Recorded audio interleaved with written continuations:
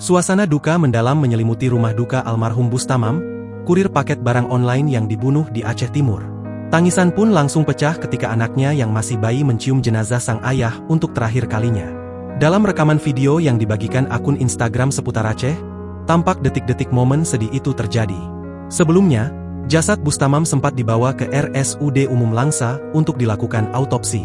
Setelah proses tersebut selesai, jenazah Bustamam kemudian dibawa pulang ke rumah duka di Gampong Bantayan Barat, Kecamatan Idi Tunong, Aceh Timur. Di rumah itulah sang anak akhirnya melihat sang ayah usai kejadian tragis tersebut. Sembari digendong, istri Bustamam sekaligus ibu sang anak dengan tegar mendekatkan bayi perempuannya itu ke jenazah Bustamam.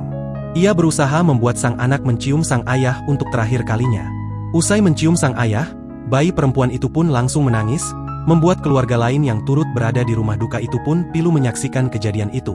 Sebelumnya, mayat seorang pria ditemukan di Semak Belukar Desa Jalan, Kecamatan Idi Rayeuk, Kabupaten Aceh Timur, Rabu, 3 September 2025, malam. Korban diketahui bernama Bustamam, 26, warga desa Bantayan Barat, Kecamatan Idi Tunong, yang sehari-hari bekerja sebagai kurir paket barang online. Bustamam ternyata dihabisi oleh pelaku berinisial RA, yang merupakan rekan kerja korban. RA tega menghabisi nyawa korban akibat terlilit utang karena judol.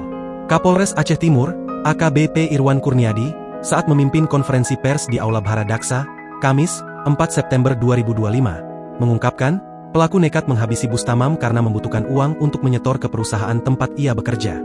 Pasalnya, uang yang ia miliki sudah habis digunakan untuk judol. Download Tribun X sekarang, menghadirkan lokal menjadi Indonesia.